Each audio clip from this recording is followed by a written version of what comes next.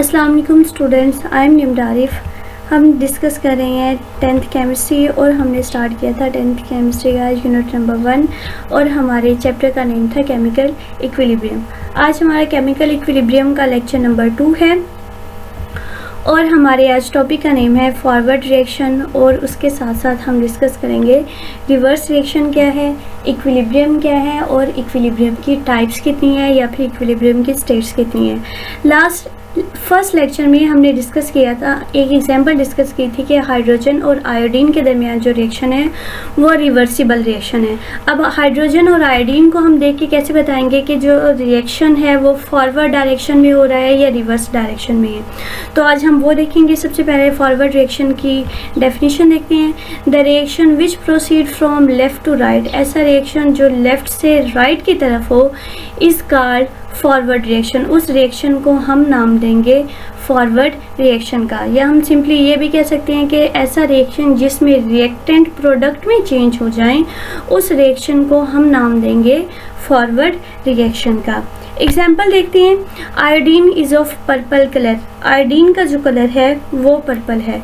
When iodine and hydrogen vapours are heated, iodine और hydrogen vapours को हम heat करेंगे इन द क्लोज फ्लास्क, कौन सी फ्लास्क में? क्लोज में। फ्लास्क हम यहाँ पे बंद इसलिए कर रहे हैं क्योंकि हाइड्रोजन और आयोडीन दोनों के वेपर्स हैं। अगर हम फ्लास्क को ओपन कर देते हैं तो वेपर्स एवेपोरेट हो जाएंगे और रिएक्शन नहीं होगा। तो जैसे ही इन दोनों का आपस में रिएक्शन होगा, a colourless hydrogen iodide is formed. Colourless hydrogen iodide, हमारे पास हाइड्रोजन आयोडाइड गैस जो है वो बनेगी। अब पर्पल कलर आयोडीन का है, आयोडीन ने जब हाइड्रोजन से रिएक्ट किया वो किस में कन्वर्ट हो गई है? हाइड्रोजन आयोडाइड में। तो जैसे जैसे आयोडीन की मिकदार कम होती जाएगी हाइड्रोजन आयोडाइड की बढ़ती जाएगी। तो आयोडीन की कंसंट्रेशन कम होने की वजह से फ्लास्क के अंदर जो पर्पल कलर है वो भी मध्यम होना स्टार्ट हो जाएगा। ठीक है, तो जैसे जैसे पर्पल कलर कम होना स्टार्ट होगा तो हम क्या कहेंगे कि रिएक्शन जो है वो फॉरवर्ड डायरेक्शन में है। पर्पल कलर की मिकदार कंसंट्रेशन जो है वो कम क्यों हो रही है? ठीक है, पर्पल कलर मध्यम इसलिए होगा क्योंकि आयोडीन की कंसंट्रेशन कम हो रही है। आयोडीन की कंसंट्रेशन कम होने की वजह से पर्पल कलर कम होगा और हमारे पास हम ये बता सकते हैं कि रिएक्शन जो है वो फॉरवर्ड डायरेक्शन में है। This is called forward reaction. उसके बाद है रिवर्स रिएक्शन। रिवर्स रिएक्शन क्या है? The reaction which proceed from right to left in backward direction, ऐसा रिएक्शन जो बैकवर्ड हो, मतलब कि प्रोडक्ट्स रिएक्टेंट में कन्वर्ट हो जाएं, उस रिएक्शन को हम नाम देंगे रिवर्स रिएक्शन का। ठीक है, एग्जाम्पल हमारे पास क्या है? When hydrogen iodide is heated in a close flask, flask close में ही हम क्या करेंगे? दोबारा से जब हाइड्रोजन आयोडाइड को हीट करेंगे purple colour reappear, purple colour दोबारा से अपेयर होना स्टार्ट हो जाएगा। Which is the indication of iodine formation, हमें उससे पता कैसे चलेगा कि आयोडीन बनना स्टार्ट हो गई है? क्योंकि आयोडीन का कलर कौन सा है? पर्पल है ना। तो हमारे पास क्या है? हाइड्रोजन आयोडाइड कलरलेस है। जैसे ही हम उसको हीट करेंगे, हीट करने से पर्पल कलर दोबारा से रीअपेयर होगा। अब ये जो दोबारा से रीअपेयर हो रहा है पर्पल कलर, इसका मतलब क्या है कि हाइड्रोजन आयोडाइड डिकम्पोज हुई है और वो किस में कन्वर्ट हो गई है? आयोडीन में और हाइड्रोजन गैस में। ठीक है, अगर रिएक्शन के दौरान पर्पल कलर मध्यम हो रहा है तो इसका मतलब रिएक्शन क्या है? फॉरवर्ड डायरेक्शन में हो रहा है। अगर पर्पल कलर दोबारा से बनना स्टार्ट हो गया, रीअपेयर हो रहा है, तो रिएक्शन क्या होगा? रिवर्स रिएक्शन होगा। This is the reaction, above reaction is reverse reaction. तो अबव जो रिएक्शन है, जो पर्पल कलर दोबारा से बन रहा है, तो हम ये कह सकते हैं कि जो रिएक्शन है वो कौन सी डायरेक्शन में है? रिवर्स में।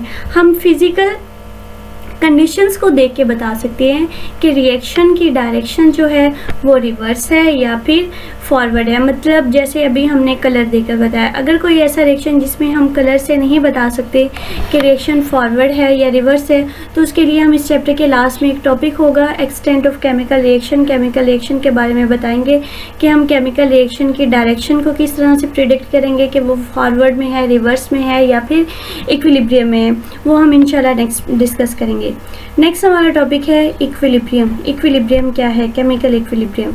In case of reverse reaction, chemical equilibrium हमेशा ऐसे रिएक्शन में इस्टेब्लिश होगा जो रिएक्शन रिवर्स होंगे, मतलब फॉरवर्ड भी होंगे और उसके साथ साथ रिवर्स डायरेक्शन में भी होंगे। ऐसे रिएक्शन जो बोथ डायरेक्शन में इस्टेब्लिश हों, बोथ डायरेक्शन में प्रोसीड करें, उन रिएक्शंस के दरमियान केमिकल इक्विलिब्रियम इस्टेब्लिश होगा।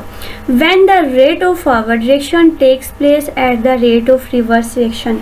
फर्स्ट लेक्चर में भी आपको बताया था, जब फॉरवर्ड डायरेक्शन रिएक्शन जो है उसका रेट और रिवर्स रिएक्शन का रेट आपस में इक्वल हो जाए, जितने रिएक्टेंट्स बन रहे हैं उतने ही क्या बने, प्रोडक्ट्स बने। ठीक है, तो उस स्टेट को हम किसका नाम देंगे, केमिकल इक्विलिब्रियम का। The composition of the reaction mixture remains constant. जो कंपोजिशन होगी रिएक्शन मिक्सचर की, जितने रिएक्टेंट्स हैं या प्रोडक्ट्स हैं उनके कंसंट्रेशन चेंज ना हो, मतलब कि प्रोडक्ट्स ज़्यादा ना हो या रिएक्टेंट ज़्यादा ना हो, जितनी उनकी जितनी कंपोजिशन है उतनी ही रहे, तो फिर हम उस स्टेट को किसका नाम देंगे, केमिकल इक्विलिब्रियम स्टेट का। ठीक है, दोबारा बता देती हूँ, वो स्टेट जहाँ पर रेट ऑफ फॉरवर्ड रिएक्शन और रेट ऑफ रिवर्स रिएक्शन दोनों आपस में इक्वल हो जाएं और रिएक्शन की कंपोजिशन चेंज ना हो, उस स्टेट को हम नाम देंगे chemical equilibrium state. Chemical equilibrium state की टाइप्स, केमिकल इक्विलिब्रियम स्टेट की दो टाइप्स हैं। एक को हम नाम देते हैं स्टैटिक इक्विलिब्रियम और दूसरी स्टेट हमारे पास कहलाती है डायनामिक इक्विलिब्रियम। सबसे पहले हम डिस्कस करते हैं स्टैटिक इक्विलिब्रियम क्या है। स्टैटिक इक्विलिब्रियम हमारे पास क्या है, ये एक फिजिकल फिनोमिना है। When the reaction is ceases to proceed, reaction आगे बढ़ना रुक जाए, रिएक्शन मज़ीद आगे बढ़े ही ना, उस स्टेट को हम किसका नाम देते हैं, स्टैटिक इक्विलिब्रियम का नाम देते हैं। स्टैटिक का मतलब ही क्या है, रुक जाना। ठीक है, example static equilibrium is mostly observe in physical phenomena. Physical phenomena में इसे ऑब्जर्व किया जाता है। एग्जाम्पल है building remain standing rather than falling down. जो बिल्डिंग्स हैं हमारे इर्द गिर्द, हमने इतनी सारी बिल्डिंग्स देखी हैं, वो हमेशा बिल्कुल खड़ी हैं, वो कभी भी गिरती नहीं है। क्यों नहीं गिरती, because all the forces acting on it are balanced, क्योंकि उनके ऊपर जितने भी फोर्स एक्ट कर रही हैं वो आपस में बैलेंस है। जब फोर्सेज बैलेंस हैं तो हमारे पास जो बिल्डिंग है वो इक्विलिब्रियम पोजीशन में है, तो उस इक्विलिब्रियम को हम नाम देते हैं स्टैटिक इक्विलिब्रियम का। स्टैटिक इक्विलिब्रियम की डेफिनेशन क्या होगी कि when the reaction is ceases to proceed, reaction आगे बढ़ना रुक जाए, उस स्टेट को हम नाम देंगे, उस इक्विलिब्रियम को हम नाम देंगे स्टैटिक इक्विलिब्रियम का। दूसरा इक्विलिब्रियम है हमारे पास डायनामिक इक्विलिब्रियम। डायनामिक इक्विलिब्रियम क्या है, when the reaction does not stop, जब रिएक्शन स्टॉप ना हो। स्टैटिक में रिएक्शन स्टॉप हो जाएगा, लेकिन डायनामिक इक्विलिब्रियम में रिएक्शन स्टॉप नहीं होगा। होगा क्या, only rate of forward and reverse reaction become equal to each other.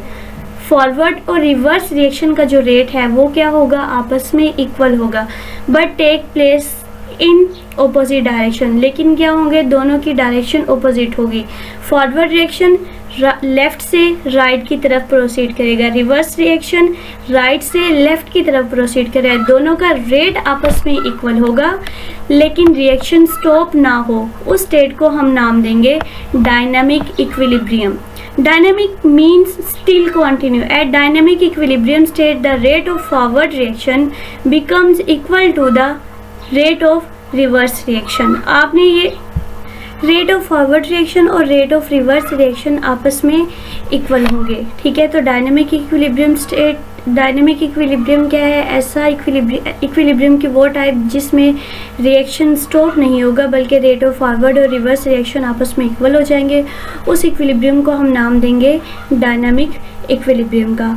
आज के लिए बस इतना ही। कल से इंशाल्लाह नेक्स्ट टॉपिक स्टार्ट करेंगे और वो हमारा टॉपिक होगा graphical representation of equilibrium. Equilibrium को हम ग्राफिकली किस तरह से रिप्रेजेंट करते हैं।